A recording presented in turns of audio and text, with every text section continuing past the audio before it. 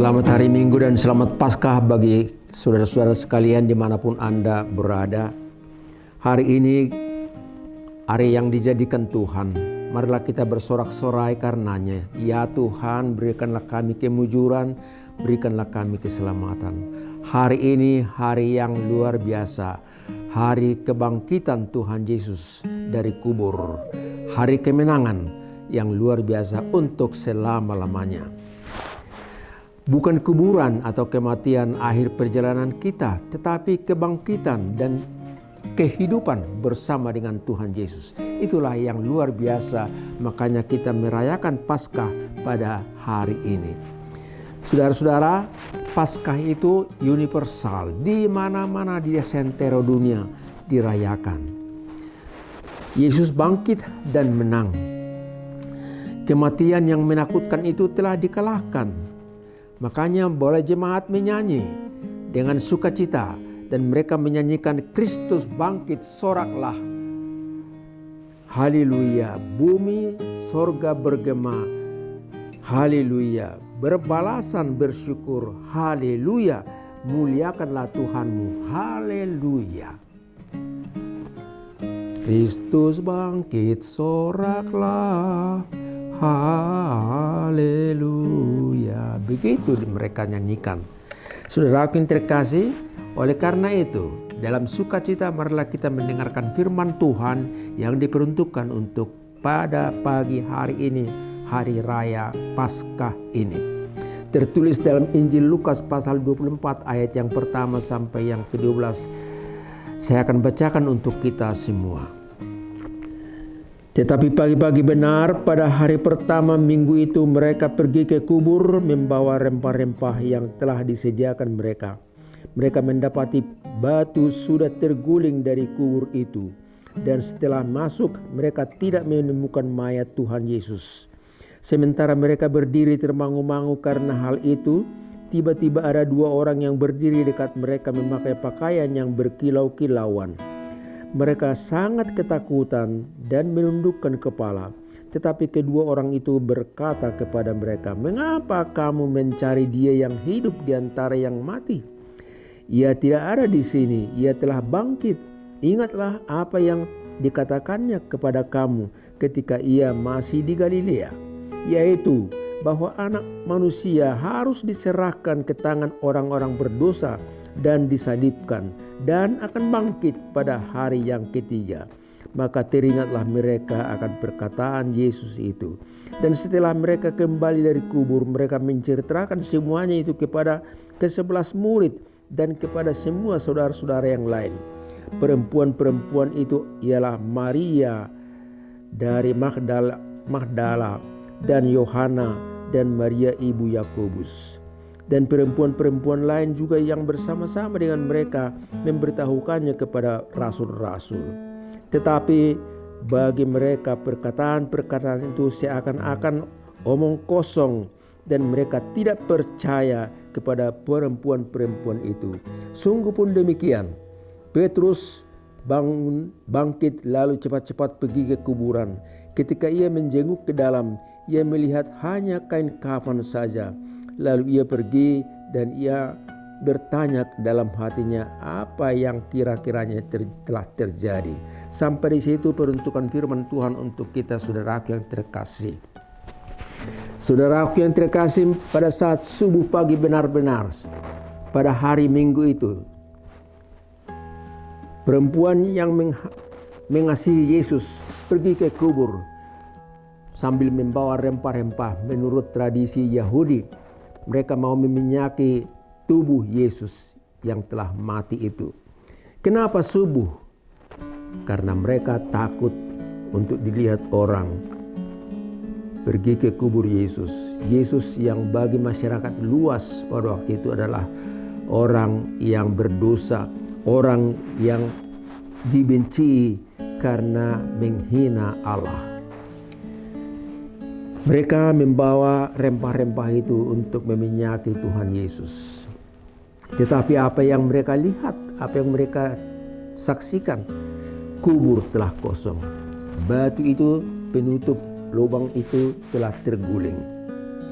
dan mereka merasa sedih dan nangis. Di mana dia? Siapa yang mencuri Tuhan Yesus itu? Mereka menangis dan sedih. Tiba-tiba dua orang yang berpakaian berlinang-linang berdiri di tengah-tengah mereka dan berkata, "Siapa yang kamu cari? Kenapa kamu cari orang yang hidup di antara orang yang mati? Dia telah bangkit. Dia tidak ada lagi di sini." Ingat kalian akan perkataan Tuhan Yesus itu, bahwa dia akan disalibkan dan dikuburkan, tetapi bangkit pada hari yang ketiga. Dia tidak ada lagi di sini. Dia sudah pergi, sudah hidup, sudah bangkit. Perempuan itu susah sekali dan sulit untuk membayangkan, apalagi mempercayai bahwa Yesus telah bangkit kembali. Kematian masih mencekam pemikiran dan hati mereka. Saudara-saudara yang terkasih, demikianlah sekilas berita Paskah itu. Dan kita sekarang yang terutama ialah mau mengerti apa sebenarnya pesan Paskah untuk kita pada pagi hari ini. Apa arti kebangkitan Tuhan Yesus bagi kita saat ini, di era milenial ini. Ada pesan dari khotbah ini untuk kita, dan saya akan sampaikan khotbah atau pesan yang pertama. Kristus yang bangkit itu telah memberikan cara pandang hidup yang baru. Kristus yang bangkit itu telah memberikan cara hidup pandang yang baru kepada kita. Perjalanan hidup bukan berarti di kuburan, bukan berakhir di sana, tetapi kebangkitan dan kehidupan yang baru. Kalau semuanya berakhir dalam kematian, ya untuk apa hidup ini? Marilah kita makan, minum, happy, enjoy. Soal dosa ya soal nanti, tidak ngaruh. Lakukan aja apa yang memberikan hikmat bagi kamu, membuat kamu senang dan enjoy. Toh semuanya kan berakhir. Tetapi kebangkitan Yesus menunjukkan bahwa dunia dengan kematian, kuburan, kenikmatan hidup, suka-suka saja dalam hidup ini bukan akhir dari segala-galanya. Orang-orang percaya akan kebangkitan hidup tidak takut menghadapi kematian. Di balik kematian ada kehidupan. Pada kuburan orang percaya tertulis 3 huruf RIP, RIP, rest in peace. Di sini beristirahat dengan tenang. Here, root in freedom. Kenapa ditulis demikian? Karena orang yang mati itu istirahat dengan tenang menunggu hari kedatangan Tuhan Yesus kedua kali. Karena itu kita tidak boleh menulis atau berkata dengan begitu enteng bahwa bila seseorang yang mati yang kita cintai itu, kita berkata dia telah pergi dan bersama dengan Tuhan di sorga. Keyakinan bahwa orang percaya bersama Tuhan ya silakan, ya memang benar. Tapi bukan berarti bahwa orang percaya itu apabila dia mati langsung naik ke sorga. Dia dikubur, dia istirahat dengan tenang dan menunggu hari kedatangan Tuhan kembali. Yang percaya akan beroleh hidup yang kekal. Yang tidak percaya akan masuk ke neraka. Saudaraku yang terkasih, kita sangat bersukacita hari ini. Karena apa? Karena dengan kebangkitan Tuhan Yesus itu, kita diberikan suatu pandangan yang baru. Apa arti hidup ini? Tujuan hidup ini kemana? Sedemikian besarnya arti kebangkitan itu, makanya Paulus berkata, tetapi andai kata Kristus tidak dibangkitkan, maka sia-sialah pemberitaan kami dan sia-sialah juga kepercayaan kamu.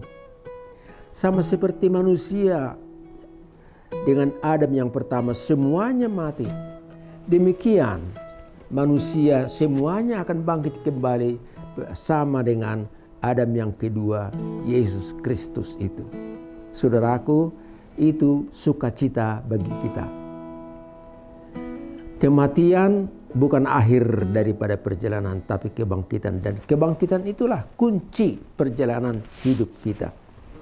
Saudara yang terkasih, kebangkitan itu memberikan pandangan horizon yang baru, hidup yang baru, keyakinan yang baru, dan juga ketaatan yang baru untuk kita semua. Dunia dengan segala keindahannya silakan boleh dinikmati, tetapi bersama Yesus yang bangkit itulah akhir perjalanan hidup kita dan keyakinan kita bahwa kita akan dibangkitkan kembali memasuki kehidupan yang kekal, meninggalkan segala kenikmatan dunia ini. Pesan yang terakhir bagi kita berbunyi demikian. Bersukacitalah karena Tuhan itu hidup. Bersukacitalah karena Tuhan itu hidup. Kaum perempuan yang mengasihi Yesus itu pergi ke kubur. Mereka mencintai Yesus. Pada awalnya mereka sedih, mereka galau, selalu membayangkan Yesus yang telah mati, dibaringkan dalam kuburan, belum percaya. Tetapi malaikat Tuhan berkata bahwa Yesus telah bangkit.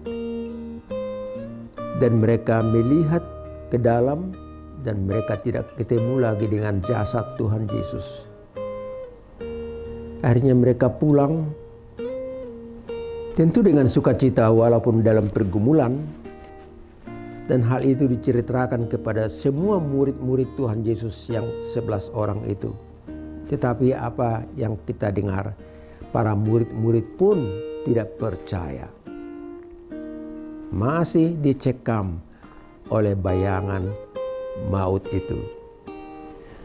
Saudara, Tuhan Yesus itu maha sabar. Maha sabar. Dia menolong para murid-muridnya supaya jangan selalu sedih membayangkan kematiannya. Dia menemui para murid yang sedang pergi ke Emmaus dan mereka berbicara di sana dan diberitahukan bahwa anak manusia itu harus menderita, mati, tapi akan bangkit kembali pada hari yang ketiga. Mereka istirahat dan mereka mau makan. Tuhan Yesus memberkati roti dan minuman di situ dan kemudian dia menghilang. Menolong para murid yang pergi ke Emmaus itu membuat pandangan hidup yang baru, sukacita yang baru bahwa Yesus telah bangkit. Saudaraku yang terkasih, Tuhan Yesus maha baik dan maha sabar. Dia menemui para murid-muridnya, dia menunjukkan tangannya dan kakinya kepada mereka dengan bekas paku itu. Mereka juga berbicara kepada mereka, mereka makan bersama. Untuk apa? Untuk menunjukkan bahwa yang bangkit itu bukan malaikat-malaikat sedemikian rupa, bukan roh-roh, tapi adalah tubuh Yesus. Benar-benar Yesus sebagai manusia tempoh hari, itulah sekarang yang dibangkitkan oleh Tuhan. Saudaraku, oleh sebab itu pada hari ini kita boleh bersukacita. Kita boleh menjalani kehidupan ini dengan tekun, sabar, dan berpengharapan.